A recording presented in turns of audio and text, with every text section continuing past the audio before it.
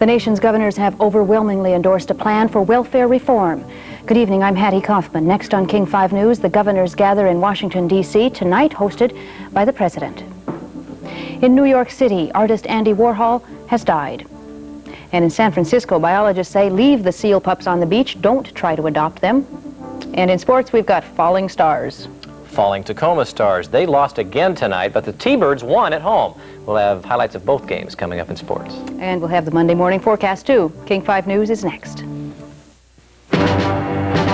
From King 5 in Seattle, Hattie Kauffman with Chuck Weiss weather and Lou Gellos sports. This is King 5 News. Hello again. The nation's governors have gathered in Washington, D.C. On the agenda, welfare reform.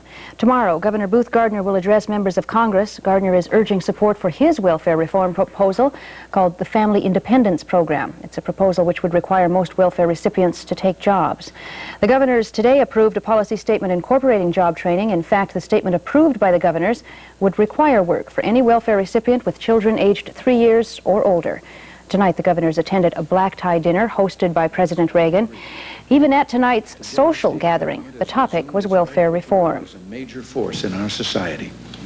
The subject we'll concentrate on tomorrow, welfare, employment training, and education, are the biggest challenges of today. Also attending the dinner tonight, White House Chief of Staff Donald Regan. There is speculation Regan may be resigning soon. That speculation further flamed this weekend by the allegation Regan falsified a chronology of events in the Iran arms sale.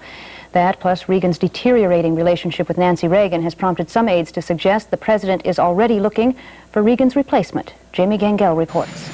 When the president was asked about the future of his chief of staff, there was no ringing endorsement. Waiting for the Tower report. But privately, White House aides say Regan has got to go, and that the resignation may come even before the Tower report. Said one aide, "We are getting hammered on this. When the Tower report hits the streets, Regan has got to be gone." And a senior administration official added that Regan's recent behavior, such as hanging up on the First Lady, indicates that he is, quote, out of control and acting irrationally. All that's missing is Regan's replacement, but aides say there is a list of contenders. At the top are former Transportation Secretary Drew Lewis and Energy Secretary John Harrington. And the list also includes the president's longtime friend Paul Laxalt and former Legislative Affairs Assistant Kenneth Duberstein. What we're looking for, said one presidential aide, is someone with impeccable credentials and no controversy. This weekend, the First Lady herself was making calls to friends for suggestions. Aides say the president's change of heart became apparent earlier this week when the president was asked about Regan's future. Well, this is up to him. I have always said that when the people that I've asked to come into government feel that they have to return to private life, that's their business, and I will never try to talk them out of it.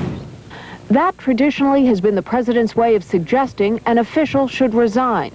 But this latest push to oust the chief of staff also comes at the same time as another embarrassing revelation, this time suggesting that Donald Regan ordered a cover-up. The chief of staff is reported to have been deeply involved in an attempt to protect the president from the fallout of the Iran arms scandal. Newsweek magazine says that Regan directly instructed the national security staff to work late into the night to develop a sanitized version of the events that would minimize Ronald Reagan's role. There seems to be no written proof that Regan gave the order for a cover-up, and Regan's aides denounced the whole idea as, quote, a damn lie. But this latest revelation is seen here as the end for Donald Regan. Jamie Gangel, NBC News, the White House. And tonight there are allegations former White House aide Oliver North destroyed documents related to the Iran-Contra affair. Those allegations come from North's former personal secretary. Fawn Hall has been granted immunity from prosecution in exchange for her testimony. She told investigators she and North spent an hour in the White House basement shredding documents Friday, November 21st. That morning, President Reagan had met with Attorney General Edward Meese and ordered the Justice Department to review White House involvement in the Iran arms deal. 7 hours later, North began destroying the documents. Former Watergate prosecutor George Frampton says the destruction of documents signals trouble. These are things that appear to be going on now in Irangate. And they are very similar to the steps that led President Nixon and his highest aides into a cover-up in Watergate. In Watergate, NBC News has obtained thousands of former President Nixon's most sensitive papers. The files show Nixon fought to retain control of the Watergate tape recordings after a legal expert, Charles Allen Wright, advised him he had, quote, slightly better than even chance of winning in the Supreme Court.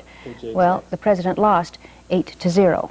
Watergate Judge John Sirica had demanded the tapes. The files show that especially irritated the president's secretary, Rose Woods, who then wrote a memo urging that Sirica be investigated. Just 2 weeks later, Woods herself had to appear before the judge to explain an 18.5-minute gap in the tapes. More news in a moment. The sounds of scattered gunfire and grenade blasts continue in Beirut tonight, even after Syrian troops have settled in, supposedly to end the warfare between the rival militia forces. Some 4,000 Syrian troops have entered Beirut, included among those troops tough special forces units. A top Syrian officer says the troops will show no mercy in the attempt to disarm the 40 or so militias. There was violence in Jerusalem today. 18 Israelis were injured when a grenade exploded in a military vehicle. A Palestinian group claimed responsibility. In France today, the European consortium known as Airbus took a major step today in its battle for a share of Boeing's twin-engine passenger jet market. The prototype A320 took off on a test flight. Airbus officials and technicians said the 150-seat jet had a perfect test flight.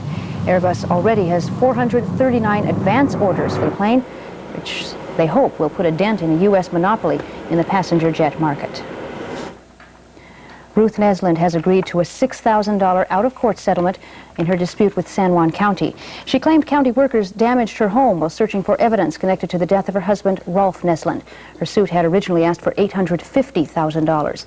She is now serving a prison sentence for shooting her husband in August 1980, cutting up the body, burning it in a trash barrel. Two well-known Americans, famous for very different reasons, have died. Pop artist Andy Warhol died today in a New York hospital of a heart attack just 1 day after gallbladder surgery. Warhol gained notoriety in the early 60s by producing images of everyday items, like the soup can. It was Andy Warhol who said everyone will be famous for 15 minutes. And noted television producer and talk show host David Susskind died in a Manhattan hotel room, died apparently of natural causes. Susskind won 27 Emmys for his work. He was 66 years old.